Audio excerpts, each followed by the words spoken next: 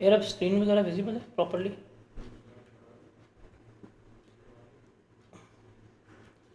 आवाज़ और screen clear है?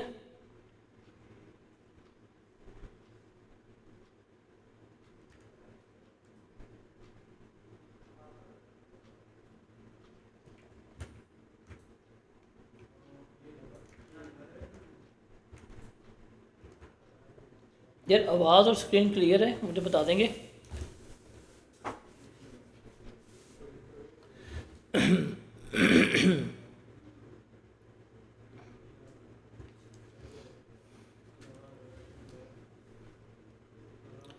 चलें जी।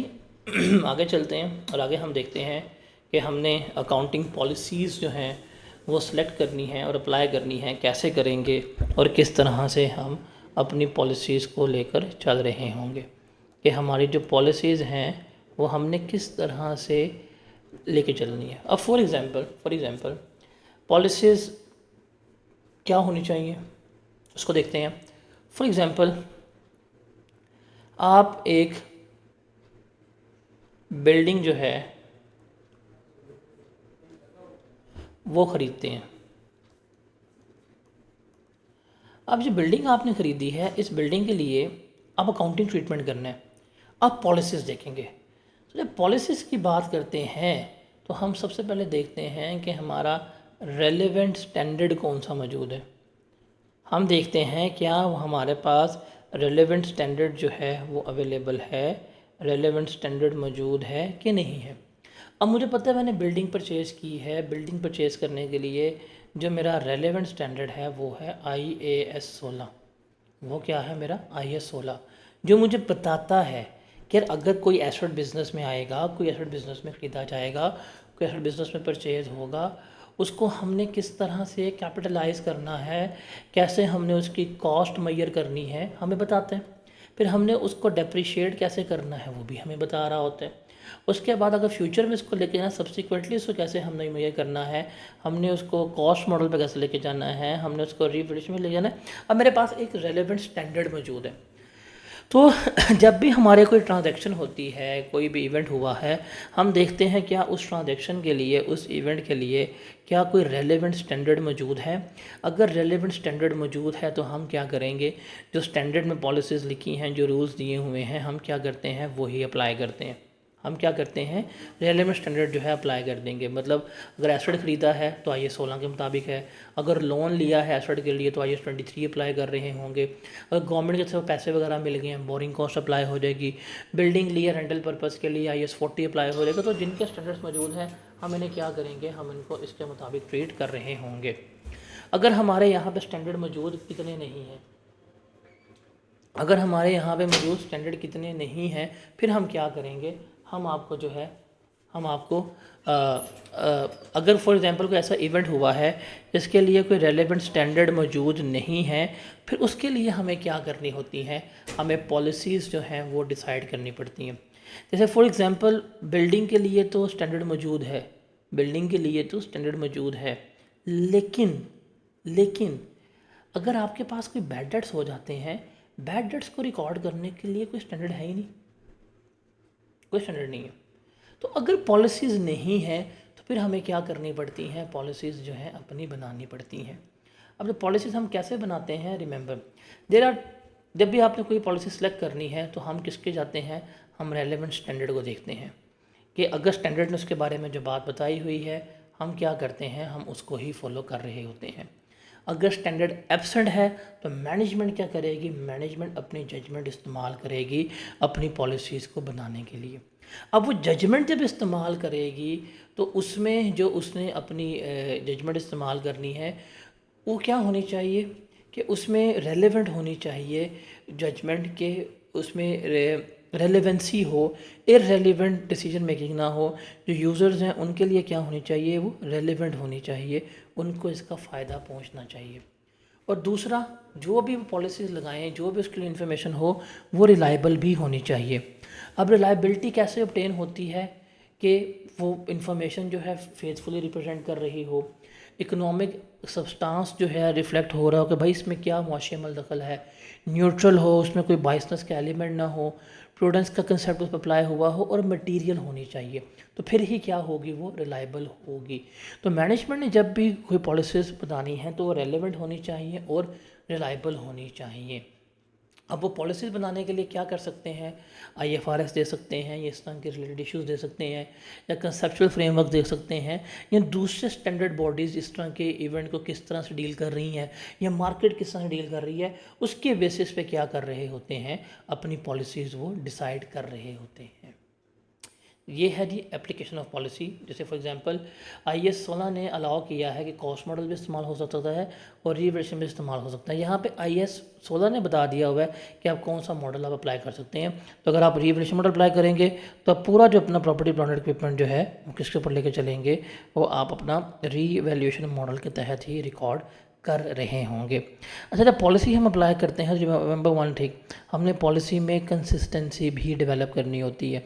ये नहीं है कि जब दिल किया तो आपने जी रिवैल्यूएशन मॉडल कर लिया, जब आपने दिल किया तो आपने कॉस्ट मॉडल कर लिया, ऐसे नहीं होना चाहिए। अगर आपने रिवैल्यूएशन मॉडल किया है तो फिर हम क्या करेंगे, हम उसको रिवैल्यूएशन के मुताबिक ही लेके चलेंगे। अगर आपने फैसला कर लिया है हर साल रिवैल्यूएशन होगी, तो हर साल ही क्या करेंगे, आप उसको रीवैल्यू कर रहे होंगे। तो ये आपकी कंसिस्टेंसी होनी चाहिए जब आपने पॉलिसीज़ जो हैं वो क्या करनी है, डिसाइड करनी होती हैं। उसके बाद है चेंजेस इन अकाउंटिंग एस्टीमेट्स। हमारे एस्टीमेट्स जो हैं वो भी क्या हो सकते हैं, वो भी हमारे चेंज हो सकते हैं। अब जब हमारे एस्टीमेट्स चेंज होंगे तो उसको हमने किस तरह से डील करना है, वो हमने यहाँ पे देखना है। अब बेसिकली जब हम इस एस्टीमेट्स की बात करते हैं तो एस्टीमेट्स होते क्या हैं। अगर हम बात करें एस्टीमेट्स की, तो व्हाट आर एस्टीमेट्स। एस्टीमेट्स हम कहते किसे हैं। एस्टीमेट्स जो हैं ये हमारे बेसिकली अंदाज़े होते हैं। ये हमारे क्या होते हैं, बेसिकली अंदाज़े होते हैं जो हमने लगाए होते हैं, जो हमने कैलकुलेट किए होते हैं। जैसे फॉर एग्जांपल डेप्रिसिएशन इटसेल्फ एक एस्टीमेट है, रेजिडुअल वैल्यू एस्टीमेट है, लाइफ जो है वो एस्टीमेट है, रेट जो है ये एस्टीमेट है। ये सारे एस्टीमेट्स होते हैं। उसके अलावा हम कह सकते हैं आप जो प्रोविजंस वगैरह बना रहे होते हैं, ये सारे एस्टीमेट्स होते हैं। अब जब एक कंपनी ने एस्टीमेट सेट किए होते हैं तो वो अपनी बेस्ट जजमेंट के मुताबिक अपने एस्टीमेट बनाते हैं, अपनी बेस्ट जजमेंट के मुताबिक अपने एस्टीमेट बनाता है। वो एस्टीमेट ठीक भी साबित हो सकते हैं, वो एस्टीमेट गलत भी साबित हो सकते हैं। Estimate can be right, estimate can be wrong. अब अगर एस्टीमेट रॉन्ग हो जाए इसका मतलब ये नहीं है कि हमने फ्रॉड कमिट कर दी है, गलती हो गई है। अब हमने क्या करना है, उन एस्टीमेट्स को ठीक करना है, उनको अकाउंट फॉर करना है। तो जब एस्टीमेट्स चेंज होंगे, रिमेंबर, तो उसको हमने क्या करना है, इसका इम्पैक्ट जो है वो प्रोस्पेक्टिवली जा रहा होगा। मतलब जब भी एस्टीमेट चेंज होंगे करंट पीरियड में इम्पैक्ट आएगा और फ्यूचर सारा हमने क्या करना है, उसको अपना ठीक करना होगा।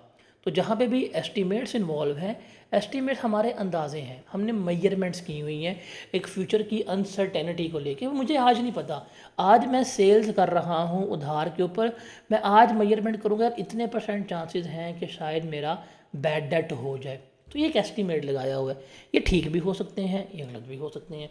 अगर ये गलत वगैरह होंगे तो हम इसे क्या करेंगे, ठीक करेंगे। और इसकी स्टेटमेंट जो है, ये स्टेटमेंट वो हमेशा प्रोस्पेक्टिव होती है, आज ठीक करना है और फ्यूचर में सारा इसका इम्पैक्ट जो है वो हमने क्या करना है, लेकर चल रहे होना होता है।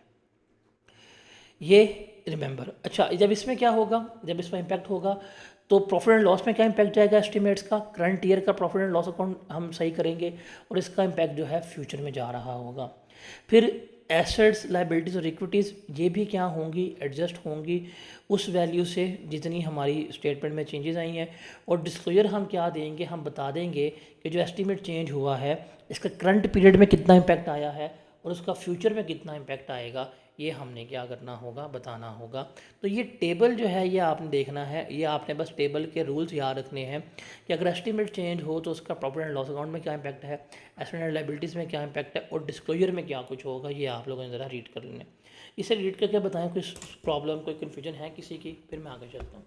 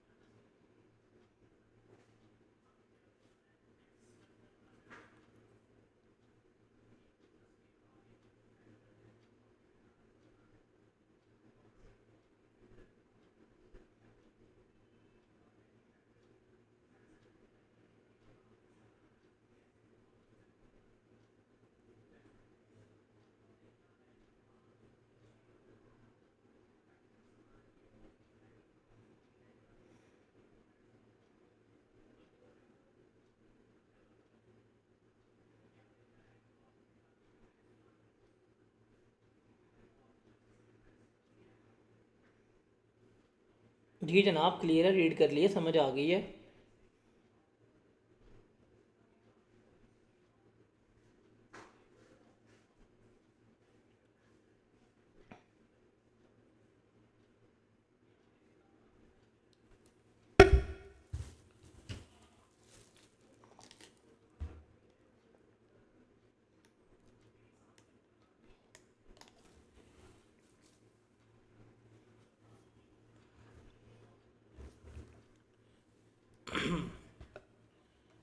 तो ये चीज़ आपने याद रखनी है, ये हम सारा वैसे पढ़ के आ चुके हैं। जैसे एग्जांपल ये हम सारी एस्टिमेट्स की आप जब जाकर देखेंगे ना, आई एस 16 में बाकायदा आपको एस्टिमेट्स जब मैं करवा रहा था वहाँ पे बता के आ चुका हूँ कि यार ये करंट पीरियड इम्पैक्ट आएगा, फ्यूचर में ये जाएगा, और डिस्क्लोजर में हम इस तरह कर रहे होंगे।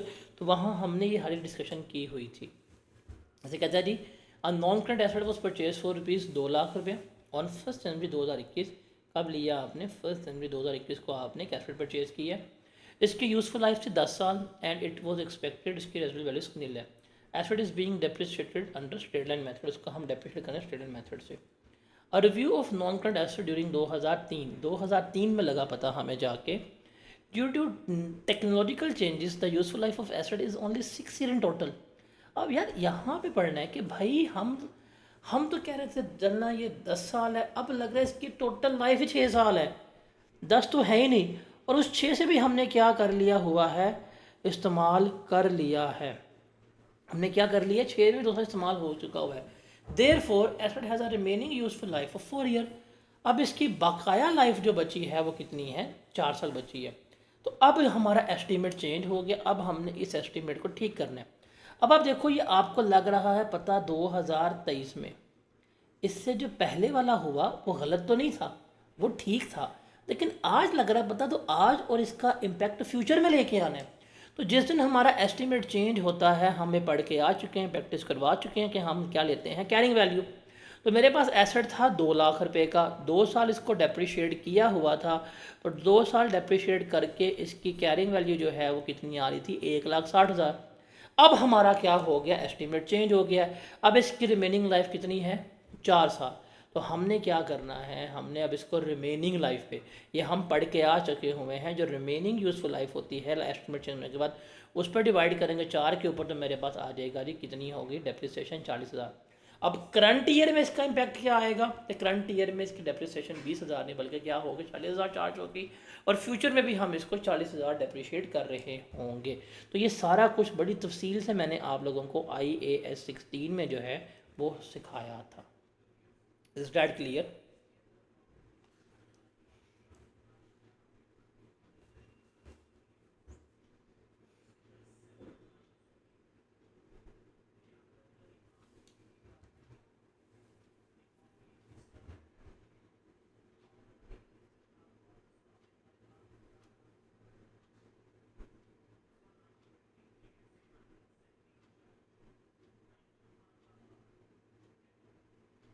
Is that clear?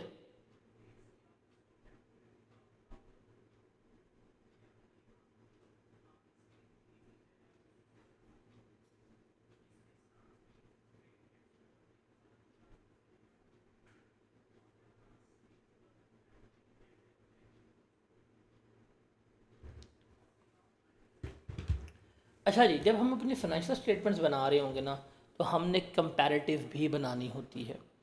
तो हमने क्या करनी है, हमने कंपैरेटिव भी कैलकुलेट साथ करके देनी होगी।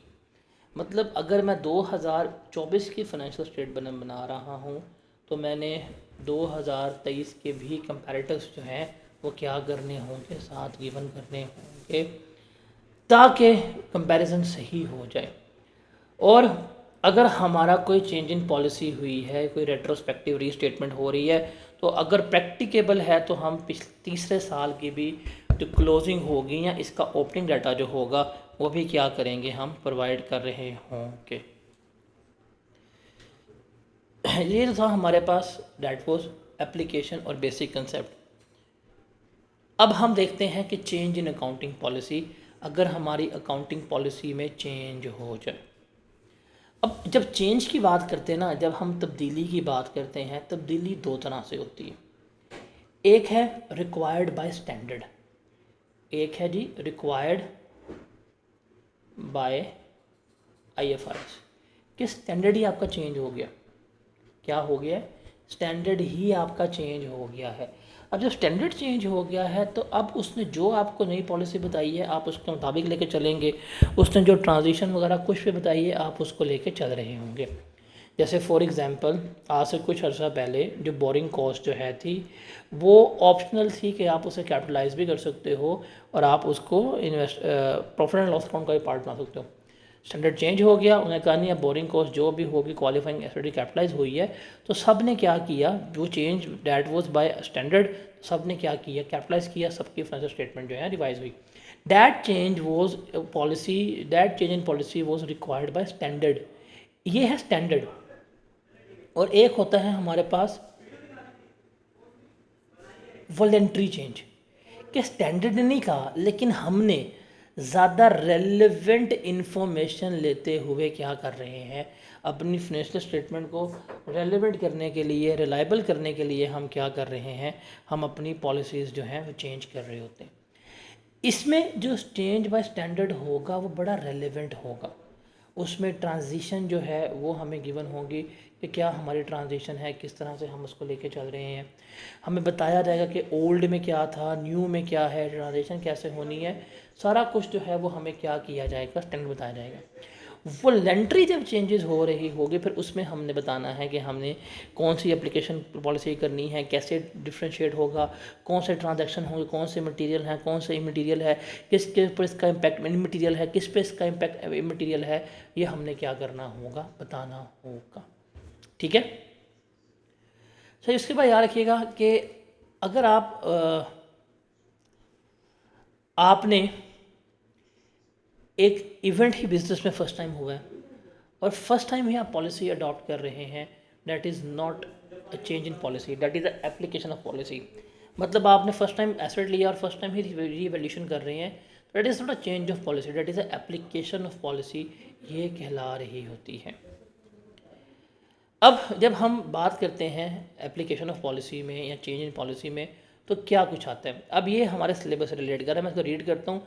इसको देखिएगा कि जो हम इनिशियल एप्लीकेशन होती है ना, रिवेशन मॉडल के अंडर IS 16 कर रहे हैं या IS 38 कर रहे हैं, ये हम रेलेवेंट स्टैंडर्ड के मुताबिक कर रहे हैं। हमें स्टैंडर्ड ने बताया हुआ है कि हम अपनी पॉलिसी को क्या कर सकते हैं, चेंज कर सकते हैं।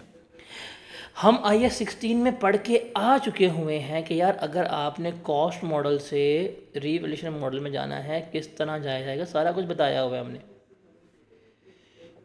क्या किया है, सारा कुछ उसने हमें बताया हुआ है। तो हम क्या करते हैं, उसको उसी तरह लेके चलते हैं। ये है इनिशियल एप्लीकेशन कि करना कैसे है। तो ये हम करेंगे रेलेवेंट स्टैंडर्ड के मुताबिक कि जी इस साल हमने फैसला किया, मेरी एक प्रॉपर्टी जो है कॉस्ट मॉडल के ऊपर थी, अब वो चली गई है रीवैल्यूएशन मॉडल, मैंने कर लिया। लेकिन अब क्या करना पड़ेगा, इसकी वजह से मेरी अकाउंटिंग पॉलिसी चेंज हुई है, मेरा एसेट्स की वैल्यू चेंज हुई है, अब इसका इम्पैक्ट आएगा। अब मुझे ना जब कॉस्ट मॉडल से रीवैल्यूएशन मॉडल पे जा रहा हूँगा, मुझे कोई ट्रांजिशन नहीं गिवन की होती कि कैसे है कैसे नहीं है। लेकिन ये चेंज होने की वजह से जो इम्पैक्ट होगा उसको मैंने क्या करना है, फाइनेंशियल स्टेटमेंट में सारा रीस्टेट करना है। और वो मैं जिसके मुताबिक करूँगा, IS 8 के मुताबिक कर रहा हूँगा। अगर मेरी मेजरमेंट बेसिस चेंज हुई है, उसका इस साल के प्रॉफिट पे क्या इम्पैक्ट होगा, लास्ट ईयर के प्रॉफिट में क्या इम्पैक्ट होगा, या प्रीवियस जहाँ तक पॉसिबल है यहाँ पे बताऊँगा। कॉस्ट फार्मूला चेंज हो रहे हैं या इन्वेस्टमेंट प्रॉपर्टी के मॉडल चेंज हो रहे हैं, तो वो हम कहाँ किसके मुताबिक देखेंगे, IS 8 के मुताबिक देखें। जो प्रॉफिट्स के ऊपर इम्पैक्ट आना है, जो फाइनेंशियल स्टेटमेंट्स के ऊपर इम्पैक्ट आना है, वो हम किसके मुताबिक देखते हैं, IS 8 के मुताबिक देखते हैं। तो 16 तो हम पढ़ के आ चुके हैं। 16 में ये देखा हुआ है कॉस्ट मॉडल से रीवैल्यूएशन मॉडल में जाना कैसे है, ये हमने सीख लिया है। लेकिन अब वो जाने के बाद तो 16 का काम पूरा हो गया। फाइनेंशियल स्टेटमेंट्स पे क्या क्या इम्पैक्ट आना है वो हम IS 8 में देखेंगे। इस साल प्रॉफिट में क्या रहेगा, इस साल बैलेंस शीट में क्या रहेगा, लास्ट ईयर में क्या जाना है, उससे पहले क्या जाना है, वो हमने क्या देखना होगा, यहाँ पर काउंट करना होगा। Is that clear to everyone? इसे रीड आउट कर लो फिर मुझे बताओ, फिर मैं आगे चलता हूँ।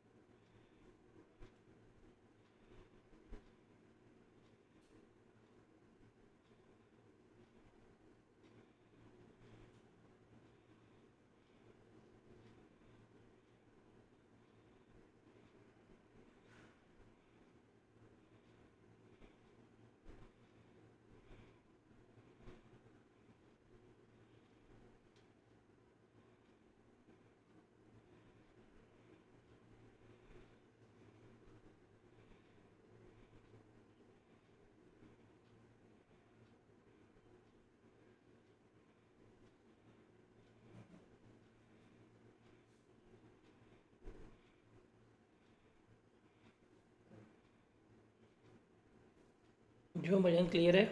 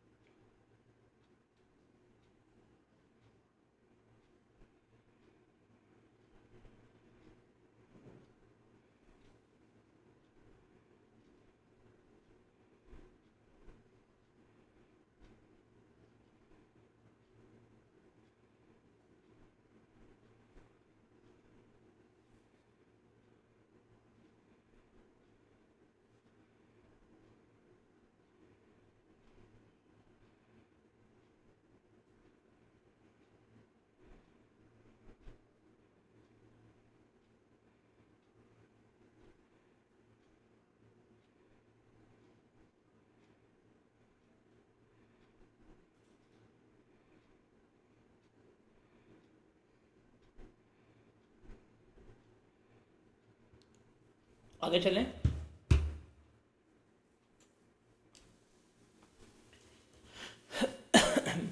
आगे चलें।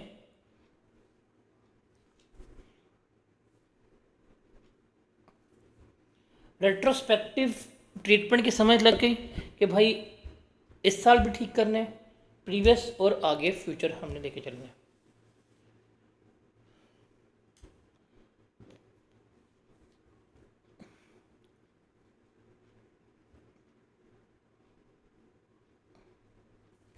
अब चलते हैं आगे। अब हमें पता है कि यार रेट्रोस्पेक्टिव एप्लीकेशन तो देखनी है। अब प्रोस्पेक्ट, चूँकि हमने एस्टीमेट्स तो पढ़े हैं ना, हम लोगों ने एस्टीमेट्स जो हैं वो तो पढ़े हैं। एस्टीमेट्स में हमें चलता पता कि यार एस्टीमेट चेंज होगा, 2024 में डेप्रिसिएशन का मेथड चेंज हुआ है, 24 को एडजस्ट कर लो और फ्यूचर जो है वो न्यू के मुताबिक ठीक करना। ये थी प्रोस्पेक्टिव। ये सीधी बात, नो बकवास कहानी जो है बड़ी आसान है। हमने अब देखना है रेट्रोस्पेक्टिवली ट्रीटमेंट क्या होगा। रेट्रोस्पेक्टिव ट्रीटमेंट का तो हमें पता लग गया यार, रेट्रोस्पेक्टिव का मतलब है कि भाईजान आज पंगा पड़ा है, इसको आज भी ठीक करो, पीछे जाके भी इसको सही करो और उसके इम्पैक्ट को आगे तक कैरी करो। ये रेट्रोस्पेक्टिव है। अब ये रेट्रोस्पेक्टिव ट्रीटमेंट हमने करना कैसे है वो हमने यहाँ पे देखना है।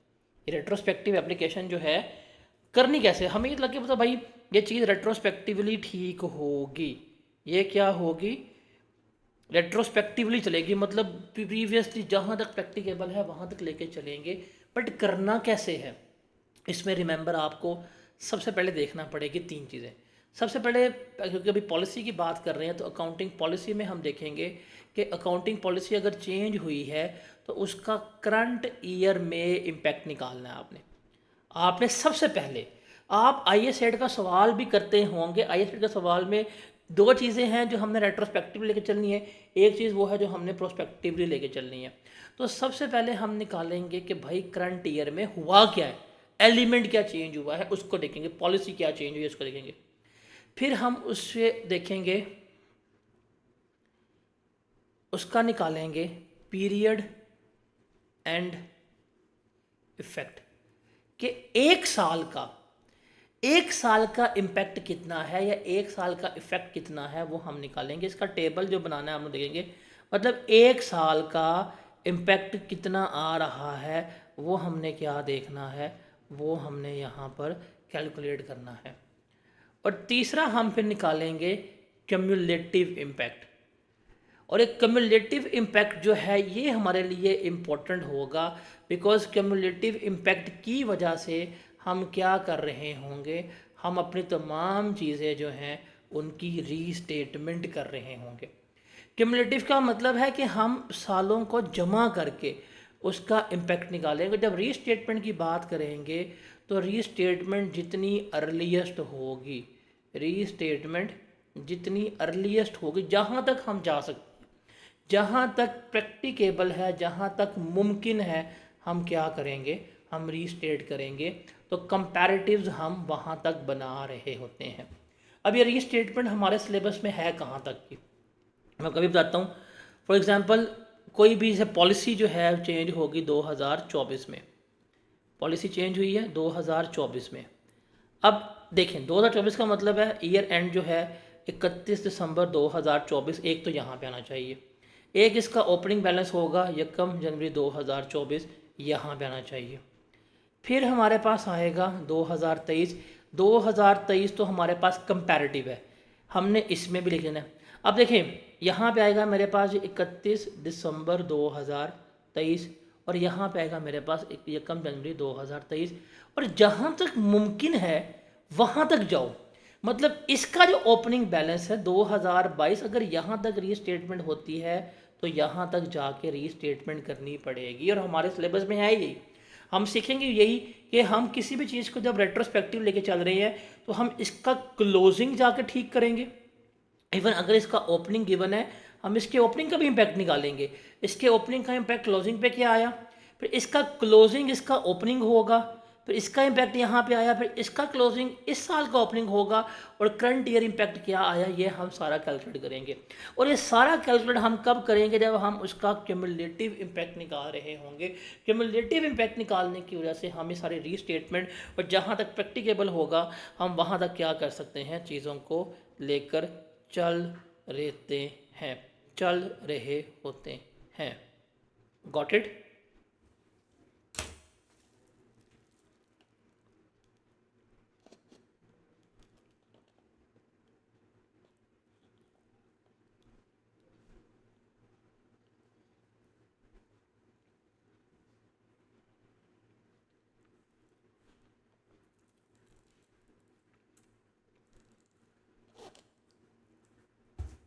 ये क्लियर है।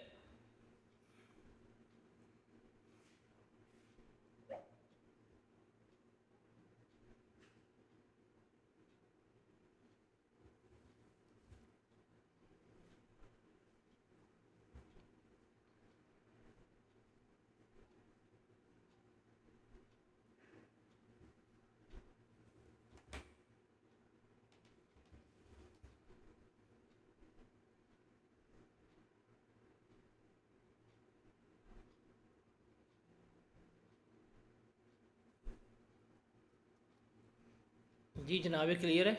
तो रेट्रोस्पेक्टिव एप्लीकेशन के ये 3 स्टेप्स हैं, जब आपने उसको लेके चलना है, इनको ज़रा आपने देखना है किस तरह से होगी। ज़रा ये रीड करें, स्क्रीन पॉज करके मुझे बताएं।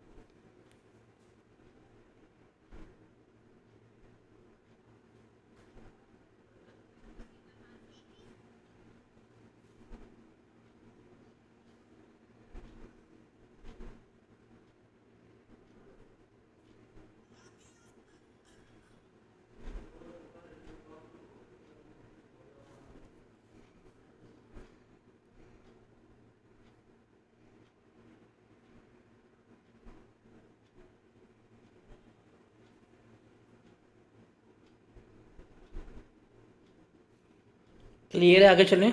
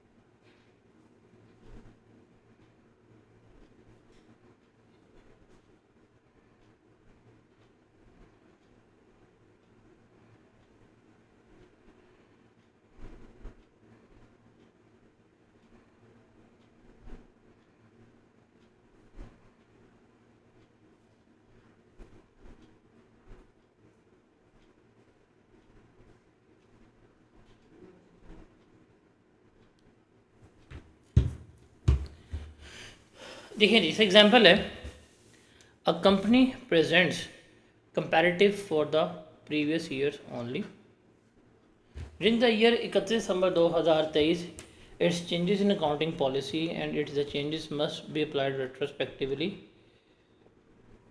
अब वो चेंजेस जो हैं रेट्रोस्पेक्टिवली लेके चलने चाहिए। If there were no change in the accounting policy, अगर पॉलिसी में कोई चेंज नहीं है तो वो सिर्फ अपनी 2023 की और प्रीवियस ही क्या करेगी, रीस्टेट करेगी। लेकिन अगर पॉलिसी में चेंज है तो वो 2022 का ओपनिंग मतलब जो 2021 का क्लोजिंग होगा उससे भी क्या करना पड़ेगा, इसको रीस्टेट करना पड़ेगा। जैसे ये एक एग्जाम्पल है, हम इसको देखते हैं। ठीक है जी, सवाल पढ़ते हैं, अब हमें समझ आएगी। और आपने एक चीज़ देखनी है कि आपने आई कैप में भी जाके ये टेबल बनाना है। सवाल है, देख लेते हैं इसको। रिक्वायरमेंट है जी, प्रिपेयर द एक्सट्रैक्ट्स, आपने एक्सट्रैक्ट्स बनाने हैं इंक्लूडिंग कंपैरेटिव अमाउंट, जिसमें कंपैरेटिव अमाउंट शामिल होगी। Statement of financial position of के की एसओएफपी के 31 दिसंबर 2024 तक, statement of profit and loss के 31 दिसंबर 24 तक, और statement of changes in equity. ये हमारे लिए बड़ा इंपॉर्टेंट है बिकॉज ये सवाल हमें मिलेगा SOCIE में और EPS के साथ कंबाइन करके, ये इंपॉर्टेंट है। अच्छा जी, वो कहता है following information has been extracted from the financial statement of Kashif engineering limited.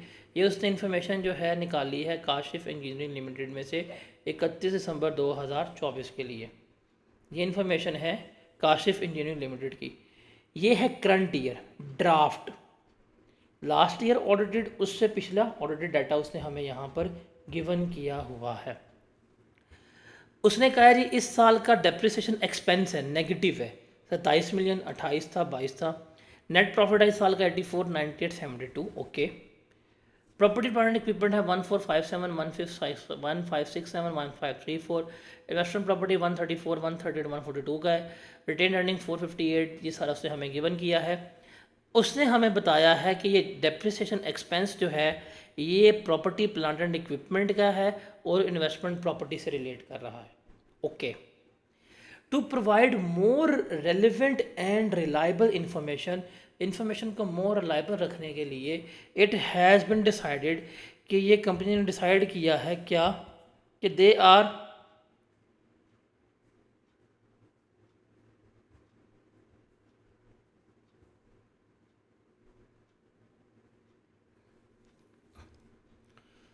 Changing the measurement basis from investment. वो क्या कर रहे हैं, वो उसकी इन्वेस्टमेंट जो है वो क्या कर रहे हैं, मेजरमेंट बेसिस जो है वो चेंज कर रहे हैं, कॉस्ट मॉडल से फेयर वैल्यू मॉडल पे जा रहे हैं। The only investment property of KEL is building. इसके पास सिर्फ बिल्डिंग ही है जो उसने परचेज़ की थी 1 जनवरी 2021 को, और कॉस्ट कितनी थी 150 मिलियन, और बिल्डिंग कितने की ली थी 150 की इसने ली थी। 60% of the cost represent building component. इस 150 में 60% जो है वो किसका है, बिल्डिंग का है। तो हम क्या करेंगे, हम 150 का 60% निकालेंगे, 150 इंटू 60 करेंगे। बिल्डिंग जो है वो हमारे पास कितने की है, 90 की है, और उसकी लाइफ जो है 20 साल है, स्क्रैबल 10 है। The depreciation is included in the above draft statement, और इसकी डेप्रिसिएशन ऊपर शामिल है। फेयर वैल्यू जो है हर साल कितनी इंक्रीज होगी, 6% इंक्रीज होगी। सर ये हमारा पॉलिसी का चेंज है जो इसने बता दिया। अब ये पॉलिसी का चेंज बताया ना, अब इसमें क्या है कि हम पहले जब कॉस्ट मॉडल पे लेके चल रहे थे तो हमने डेप्रिसिएशन रिकॉर्ड की हुई थी। अब डेप्रिसिएशन कितनी थी, 90 minus 10 divided by 20, 90 minus 10 divided by 20, ये होगी हमारे पास डेप्रिसिएशन 90 माइनस 10 डिवाइडेड बाई 20। ओहो, 90 माइनस 10 डिवाइडेड बाई 24, 4 मिलियन की इस बिल्डिंग की डेप्रिसिएशन है।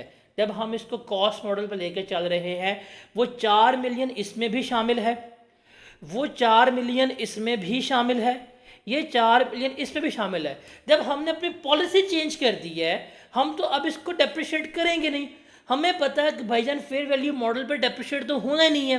जब ये डेप्रिशिएट ही नहीं होगा तो डेप्रिसिएशन हमारी रिवर्स हो जाएगी। अब इसमें 4 मिलियन हमें लेस करना पड़ेगा, तो ये 18 होनी चाहिए, ये 24 होनी चाहिए और ये 23। तो ये इम्पैक्ट आएगा, कैसे आएगा वो देखते हैं, कैसे आएगा भी देखते हैं। फिर अब चूंकि जा रही है फेयर वैल्यू मॉडल के ऊपर, उसने कहा भाई हर साल उसकी वैल्यू 6% इंक्रीज हो रही है। अब 6% इंक्रीज होगी तो फेयर वैल्यू गेन भी आएगा। फेयर वैल्यू गेन आएगा वो भी यहाँ पे हम नेट प्रॉफिट में रिप्रेजेंट करेंगे और उसकी वजह से हमारी प्रॉपर्टी प्लांट इक्विपमेंट की वैल्यू बढ़ेगी। अब चूंकि प्रॉफिट है, प्रॉफिट का इंपैक्ट क्या होगा, डेप्रिसिएशन कम हुई है, प्रॉफिट बढ़ेगा, रिटेन अर्निंग बढ़ेगी। फेयर वैल्यू गेन आया है, प्रॉफिट बढ़ेगा, रिटेन अर्निंग जो है बढ़ेगी। तो ये सारा इम्पैक्ट है जो इसके हमने क्या करने हैं, कैलकुलेट करने हैं। अब इस तरह का सवाल होगा ना, तो आपने सबसे पहले क्या करना है, घबराना नहीं है, ठीक है। आपने क्या करनी है, जो डाटा अवेलेबल है जहां तक का पॉसिबल है आपने उसकी वर्किंग बनानी है। इस वर्किंग में आपने 2 इम्पैक्ट जो है कैलकुलेट करना सीखने हैं। एक पीरियोडिक इम्पैक्ट, मतलब इस साल का इम्पैक्ट कितना आ रहा है करंट ईयर, और दूसरा आपने क्यूमुलेटिव इम्पैक्ट जो है वो कैलकुलेट करना सीखना है। You are going to calculate periodic impact and you are going to calculate period effect. अब देखो जहां तक पॉसिबल है वहां तक वर्किंग शुरू करो। आपने लिया था 1 जनवरी को 150 मिलियन की, आ जाओ निकालो, क्या है, आपने उसका गेन उसका लॉस निकालना है। सबसे पहले आपको पता है कि आप इसकी डेप्रिसिएशन कर रहे थे, अब आप इसको अगर कॉस्ट मॉडल से मूव करवा जाए फेयर वैल्यू मॉडल के ऊपर तो डेप्रिसिएशन नहीं करनी पड़ेगी। जब डेप्रिसिएशन नहीं करनी पड़ेगी तो जितनी आपने माजी में डेप्रिसिएशन की है उसे रिवर्स करना पड़ेगा। हमने अभी निकाल ली थी कि 90 - 10 डिवाइडेड बाई 20 4 डेप्रिसिएशन थी। ये हम इस साल भी लेस करके बैठे हुए हैं, लास्ट भी लेस की थी, उससे पहले भी लेस की थी, तो ये तो रिवर्स होगी। तो ये आ गया 4 मिलियन का, ये हमारे पास क्या हो रहा है, 21 में इतनी डेप्रिसिएशन रिवर्स हो जाएगी, 22 में इतनी हो जाएगी, 23 में इतनी हो जाएगी, 24 में इतनी डेप्रिसिएशन जो है वो क्या हो जाएगी, रिवर्स हो रही होगी। ये क्लियर है कि हम सबसे पहले क्या करेंगे, डेप्रिसिएशन को रिवर्स करेंगे जब हम क्या कर रहे हैं, जब हम उसको रीस्टेट कर रहे हैं। तो रीस्टेटमेंट हुई है, रेट्रोस्पेक्टिव एप्लीकेशन हुई है, तो हमने क्या कर लिया, डेप्रिसिएशन रिवर्स कर ली। Got it. अब उसने कहा है कि हर साल जो है हमारी फेयर वैल्यू में जो गेन आएगा वो 6% का आएगा। कितना गेन आएगा, 6% का, और हम इसको लेके चलें फेयर वैल्यू मॉडल के ऊपर। 150 की है, अब 150 की यार हमने 21 में ली है। अब देखो हमने यकम जनवरी 21 की ली 150 की, उसने कहा 6% गेन आएगा, तो अगर हम इसका 6% लें 150 मल्टीप्लाई 1.06, तो ये कितने की रिकॉर्ड हो जाएगी, मतलब 31/12/21 को इसकी वैल्यू होगी 159। तो कितना गेन आया, 9 मिलियन का गेन आया, and that is fair value gain.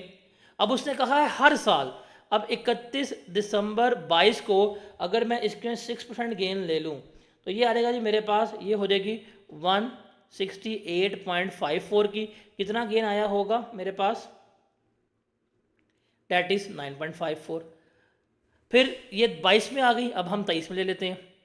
अगर 31 दिसंबर 23 की वैल्यू लिखूं 168.54 मल्टीप्लाई बाय 1.06, तो क्लोजिंग वैल्यू बनेगी इसकी यहाँ पे 178.65, और 178.65 माइनस 168.54, ये कितना बनेगा हमारे पास 10.11, यहाँ पे 10.11 का गेन आया। और इस साल में चलूँ जो करंट ईयर चल रहा है इसमें भी तो हमारा गेन आएगा। फिर 6% वैल्यू बढ़ी है हमारी 178.65 मल्टीप्लाई 1.06, ये कितनी बनेगी हमारी 189.36। 178.65 माइनस 189.36, तो इस साल का जो गेन आएगा वो 10.71 होगा। तो ये हर साल का गेन जो है वो हम क्या कर रहे हैं, निकाल लिया। तो जब ये मॉडल चेंज किया हमने तो ये भाई ये मेरा फेयर वैल्यू इंक्रीज आ रहा है। अब मुझे पता है कि भाई ये मेरा फेयर वैल्यू इंक्रीज इतना इतना आ रहा है, हम कैलकुलेट कर लेंगे। अब मैंने निकाल लिया कि भाई 21 में मेरा गेन था 9 में, अभी निकाला 9.54, 23 में इतना, इसमें 24 में इतना, अब निकाल लिया। अब ये हर साल की जो है इम्पैक्ट है, इसको हम जमा कर लें तो ये कहलाएगा मेरा पीरियोडिक इफेक्ट, कि इस पीरियड में, मतलब 2021 में 13 मिलियन जमा करूंगा तो 13 मिलियन से मेरा प्रॉफिट इंक्रीज होना चाहिए। इसी से 22 में करूंगा तो 13.4, 23 में 14.4 11 और 24 में 14.72। तो 24 में इतना इम्पैक्ट आ रहा है, 23 में इसका इम्पैक्ट आ रहा है, 22 में इसका इम्पैक्ट आ रहा है। तो ये है पीरियड इम्पैक्ट, ये हर साल में इतना इम्पैक्ट आएगा। फिर लेते हैं कम्युलेटिव, पहले साल का 13 हो गया, अब कम्युलेटिव इम्पैक्ट है, इन दोनों सालों को जमा कर लो तो कितना बन गया 26.54 बन गया। फिर करंट ईयर और पिछले 2 साल को जमा कर लोगे, ये बन गया आपका 40.65। फिर करंट ईयर फिर पिछले 3 सालों को जमा कर लोगे, आपका बन जाएगा आपका ये 55.75। अब यहाँ पे एक चीज़ लिख लीजिएगा, एक चीज़ कि पीरियोडिक इम्पैक्ट जो होता है ये जाएगा प्रॉफिट एंड लॉस अकाउंट में। ये कहाँ जाएगा? प्रॉफिट एंड लॉस अकाउंट में। और क्यूमुलेटिव इम्पैक्ट जो है ये जाएगा बैलेंस शीट में और रिटेन्ड अर्निंग में जा रहा होगा। हमने कर लिया, अब हम देखते हैं, हम तो बना रहे हैं कंपैरेटिव, ठीक है। तो 2024 की, 23 की रीस्टेटेड है और 22 की हम साथ ही बना लेंगे। तो सबसे पहले हम आते हैं प्रॉफिट एंड लॉस अकाउंट में। प्रॉफिट एंड लॉस अकाउंट में 22 का बनेगा, 23 का बनेगा, 24 का बनेगा। अब देखें, मुझे पता था कि डेप्रिसिएशन थी 24 की, 27 की, मैंने लिखी 27 की डेप्रिसिएशन, 4 की सेविंग हुई है वो मैंने लेस करवा दी। नेट डेप्रिसिएशन कितनी आ गई 23 की। फिर मैंने निकाला कि 24 में कितना गिना है 10.72 का, तो 10.72 का मैंने गेन लिख दिया। तो अब इसका इम्पैक्ट लिया, पहले मेरा प्रॉफिट था 84 में ये 10.72 ऐड हुआ और ये 4 मिलियन ऐड हुआ, मेरा रिवाइज प्रॉफिट 98.72 बन गया। And same goes with the 23 कि 23 में डेप्रिसिएशन 28 थी, 4 लेस करवा दी है, नेट डेप्रिसिएशन 24 आ गई। इस साल गेन कितना हुआ 10.11 हुआ, मेरा प्रॉफिट कितना हो गया 112 हो गया। अब देखें, जो स्टेटमेंट ऑफ कॉम्प्रिहेंसिव इनकम है, प्रॉफिट एंड लॉस अकाउंट है, प्रॉफिट एंड लॉस अकाउंट में मैंने करंट पीरियड इफेक्ट लिया। देखें 24 का मेरा करंट पीरियड इफेक्ट कितना है 14.72, तो मैंने सर यहाँ पे 14.72 ही ऐड की है, 4 ये और 10 ये, मेरा यहाँ पे कितना है 14.11, तो मैंने यहाँ पे 14.11 ही ऐड की है। तो एसओएफपी में, sorry SP statement of comprehensive income में, प्रॉफिट लॉस अकाउंट में हम हमेशा करंट इम्पैक्ट लेते हैं। क्या लेते हैं? Current impact. अब आएंगे पीपीई में। पीपीई में हम क्या लेंगे? हम पीपीई में पीरियोडिक इम्पैक्ट लेके चलते हैं। तो पीपीई की बात करें तो प्रॉपर्टी प्लांट रिपोर्ट में कोई फर्क नहीं है। हाँ, इन्वेस्टमेंट प्रॉपर्टी में हम क्या करेंगे? हम क्यूमुलेटिव इम्पैक्ट ऐड करेंगे। मेरी 142 थी 2022 में, अब आपने टेबल बनाया होगा, अब आप देखें 2022 का क्यूमुलेटिव इम्पैक्ट कितना आया 26.54। इस 26.54 में डेप्रिसिएशन की सेविंग भी शामिल, जिससे हमारा एसेट रिस्टोर हुआ होगा, फेयर वैल्यू गेन भी शामिल है, तो हम 26.54 क्या करेंगे? ऐड कर देंगे। तो 276 प्लस 26.54 अब कितना हो जाएगा? 302.54 हो जाएगा। फिर 2023 में 138 थी, 2023 का देखें क्या इम्पैक्ट था आपके पास 40.65, तो इसमें आप ऐड कर दें, डैट वॉज 414 374 प्लस 138 प्लस 40.65, ये आप ऐड कर दें। और 24 में कितना आया 55.37, तो 24 में भी आप 134 प्लस 55.37, तो कम्युलेटिव इम्पैक्ट आप ऐड करेंगे इन्वेस्टमेंट प्रॉपर्टीज़ में जहाँ पे आया। और फिर रिटेन्ड अर्निंग कितनी गिवन थी आपको 276, 374, 458, इनमें भी आप क्या करेंगे?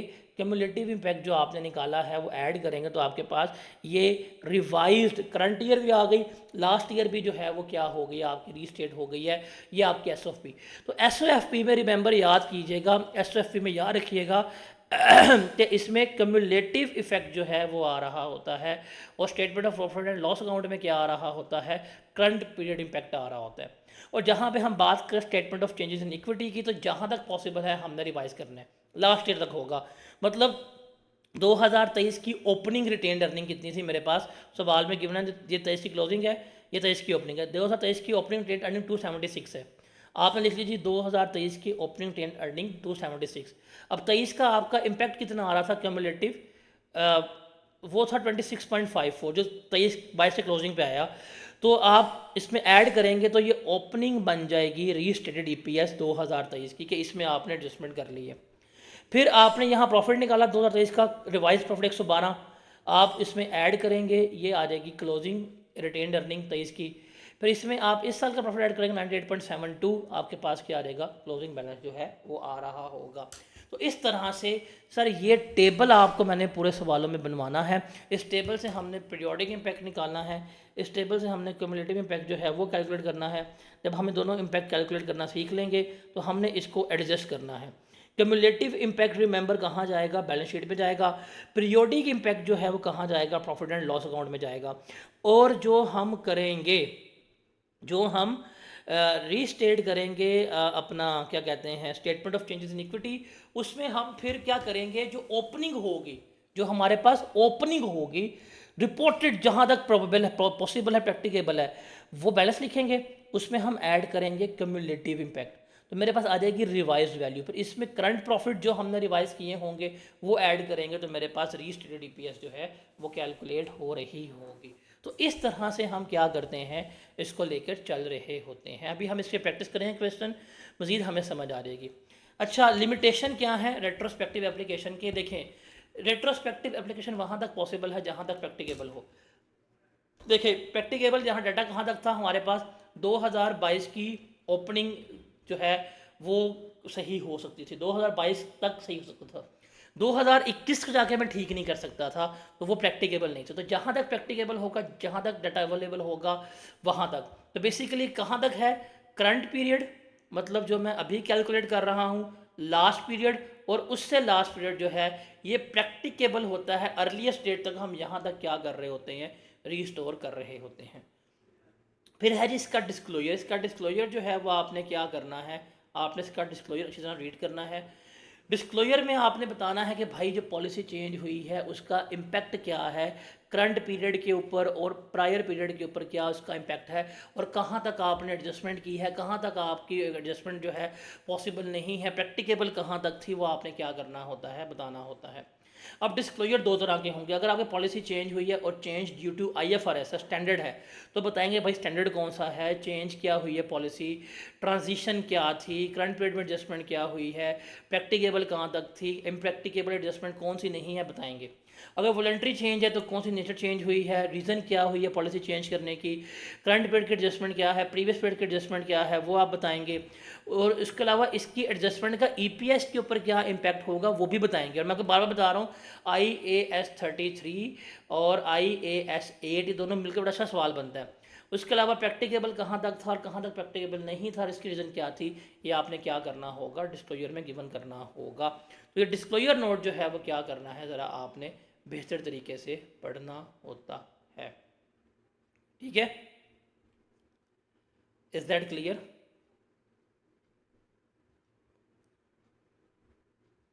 अभी जो हमने सवाल देखा है ना, अगर हम उसके डिस्क्लोजर, अभी जो हमने अभी सवाल पढ़ के आए हैं, काशिफ इंजीनियरिंग लिमिटेड, सर हमने देखा भाई इसमें क्या कुछ चेंज हुआ था, पॉलिसी चेंज हुई थी, पॉलिसी चेंज होने की वजह से 4 मिलियन की डेप्रिसिएशन रिवर्स हुई थी और हमारा फेयर वैल्यू गेन था। अगर हमने इसका डिस्क्लोजर बनाना हो तो सर वर्किंग तो पहले हम वो बनाएंगे ही, मतलब हम अपना पीरियोडिक इम्पैक्ट निकालेंगे, क्यूमुलेटिव इम्पैक्ट निकाल के जब सारा कुछ एडजस्ट कर लेंगे, फिर हम बताएंगे कि भाईजान हमारा मसला क्या था, बताया जी हमारी पॉलिसी जो है वो चेंज हो गई। चेंज क्या हुई है, देखें अब ये है वॉलंटरी चेंज, ये जो चेंज यहाँ पे आया है that is a voluntary change. बताया जी क्या हुआ है वॉलंटरी चेंज, नेचर क्या है जी, हम पॉलिसी चेंज कर रहे हैं, क्यों कर रहे हैं, रीज़न बताएंगे कि जी हम क्या जा रहे हैं, हम कॉस्ट मॉडल से फेयर वैल्यू जा रहे हैं ताकि हम रिलायबल इन्फॉर्मेशन जो है वो बता सकें, और फेयर वैल्यू मॉडल जो है वो ज़्यादा बेहतरीन रिलायबल है और वो रिफ्लेक्ट कर रही है, और जो चेंज आया होगा, जो चेंजेस आई हैं वो हम बता देंगे। हमने ये क्यूमुलेटिव इम्पैक्ट निकाला हुआ है, हम बता देंगे जी एसओएफपी में 2022 में क्यूमुलेटिव 2022 में पीपी में ये इम्पैक्ट आएगा, रिटेन अर्निंग में ये इम्पैक्ट आएगा, 23 में ये आएगा, 24 में ये आएगा, जो हमने यहाँ पे इम्पैक्ट निकाले हैं हम रिपोर्ट कर देंगे, इतने से मेरी इन्वेस्टमेंट प्रॉपर्टी इंक्रीज़ होगी, इतने से मेरी रिटेन अर्निंग इंक्रीज़ होगी। फिर जो प्रॉफिट एंड लॉस है, अच्छा प्रॉफिट एंड लॉस अकाउंट 2 साल के बनेंगे, करंट और लास्ट ईयर, और ये बैलेंस शीट्स वगैरह हो गई ये हमारे पास बनेंगे करंट ईयर, लास्ट ईयर और उससे पहले, मतलब इस साल का ओपनिंग भी जो है वो हमने क्या करना है, रजिस्ट्रेट करना है। और यहाँ बता देंगे भाईजान मेरी यहाँ पे डेप्रिसिएशन सेव हुई थी 4 की, बता दीजिए ये मेरी सेविंग जो ये 4 की, ये मेरा फेयर वैल्यू गेन आया है, बता दिया कि इस साल का करंट इम्पैक्ट मेरा 14.11 आया है, इस साल का 14.72 आया है। तो ये डिस्क्लोजर है, ये पॉलिसी आपने डिस्क्लोज की है कि भाई ये मसला हुआ था, और ये वर्किंग आपने बता दी है कि यार इतना इंक्रीज़ और इतना डिक्रीज़ जो है वो हमारा आया है। तो that was change in accounting policy.